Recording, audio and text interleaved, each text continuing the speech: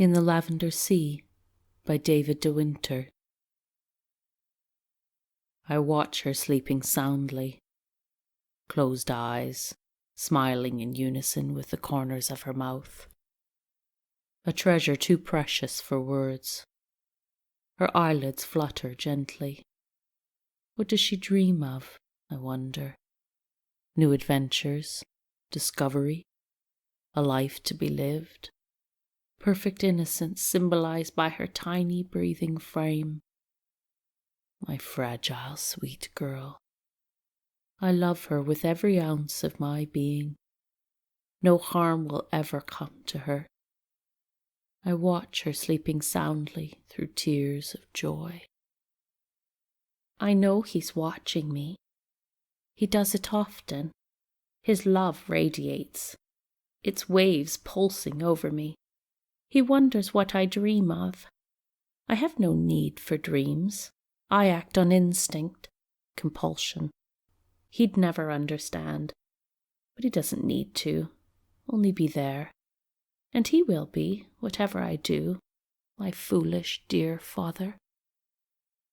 Today was a sad day for my princess. The cat, Tilly. I found it dead in the garden lying amongst the lavender. Poor Tilly, mutilated, almost beyond recognition. I wanted to protect my angel, but she saw it. Such a brave child. What a thing for her to see. But she did not weep or wail.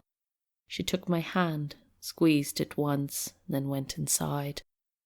Tilly suffered something awful. I tried to block it from my mind, the dried blood and ravaged body. Deep, agonizing gashes. The smell. The flies are here to feast. I put Tilly's remains in a black plastic bag, cold and heavy. I snuck out of bed last night. A restless crowd had gathered in my mind.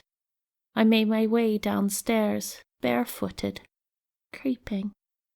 Tilly meowed at me. I picked Tilly up and put her into the kitchen, closing the door behind me. I took out my stationery and my favourite pencil. It has pink flamingos on. I twirled the pencil, watching the flamingos dance to my internal music, before pushing it deep into Tilly's neck. My fingers felt hot, comforting liquid. I silenced its mewling. Daddy says I'm good at art. This is my best work. I prefer Tilly's new look. Even better if I put her with the lavender in the garden. We go outside, Tilly and me. The moon is full and close. I feel so alive. We dance in the moonlight. The grass is damp and soft under my feet. I smell the lavender, just like Mummy used to. I place Tilly inside its new bed. Insects move over my hand.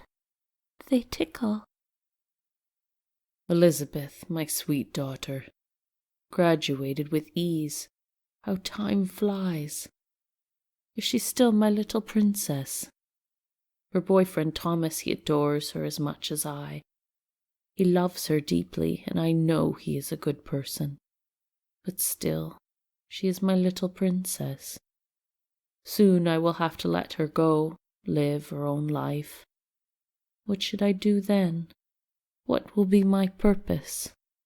I wish her mother was still alive to see her. Thomas is becoming a burden, a stone around my perfect neck. He cares for me a lot, too much. I demand his attention in total adoration. He gives it willingly, which infuriates me even more. Thomas had his uses, without doubt. That's why we've lasted so long. But I have exhausted the possibilities with dear Thomas. The problem? Thomas is obsessed with me.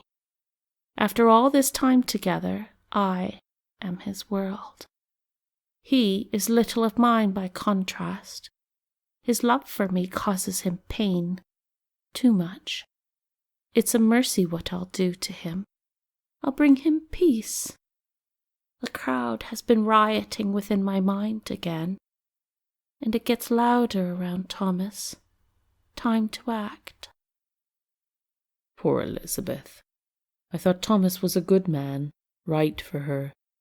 Sometimes I could see his love for her might be a little overwhelming, but he always respected her. But now he's gone. Just ran away, disappeared, left for good. His family are worried for him. I don't like their tone around Elizabeth, like she is to blame for him leaving. He left a note relaying only his love for Elizabeth, but the state of general unhappiness with his life and career. Elizabeth is a big success story, the earner. I guess poor Thomas couldn't love her quite enough to sacrifice his silly ideals of masculinity. It was just me and the princess again. Sweet Elizabeth. She bought a fine old house, so big, grand. She asked me to move in, so I did. I couldn't be happier. Elizabeth and I stand in her grounds, and she points out the lavender growing. There is so much, almost a field, just like home, but better. I've liked having Daddy here. He cooks and cleans, asks about my day. But just like Thomas, he can be insufferable. I need him to understand me, truly. If he can, if he sees what I see, then I'll know. It's a brief experiment, but one that must be done. I hope Daddy passes the test, for both our sakes. I'll need a boy when the storms come. The day is hot, bright, a day so divine it stays in the senses and memory long after it's past. We walk hand in hand through the gardens. Elizabeth wants me to see the lavender in all its glory. Beautiful endless haze. My little princess is so proud of her work. All the money she makes, her incredible frantic life that remains a mystery to me. But it's always there she is happiest. I swear at night I can hear her laughing and whispering in the gardens somewhere, her gentle voice echoing around the estate. I smile as she hugs me close. We are amidst the lavender. A day so divine. We reach the middle. There is another Roma here. Elizabeth crouches down to the soil, smiles and whispers something. There is a shovel in my hand. She motions to where she is kneeling. Dig, Father.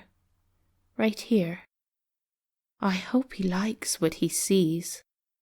My great works beneath the lavender. He digs gently, slowly. I like it. A suitable reverence for such an occasion. Dig, Father. Carefully now. Ah, we come to it.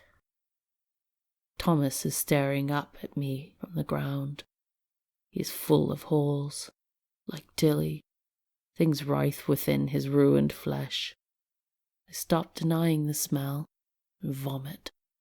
It was always there, under everything. Elizabeth laughs and steps in front of me. She asks me if I like what she has done. The sun is on her back. It lights her golden hair. A halo. God, she looks so much like her mother. She is her mother in virtually every way. Elizabeth turns her back to me and grabs my hands, wrapping my arms around her. She sways to unheard music. I sway with her, my throat filled with grief. I ask him again if he's proud of me. I feel him nodding. Brave Daddy. I need him to be here for what may come. I tell him of all the bodies growing here, of all the little girls I've brought to sleep among the lavender.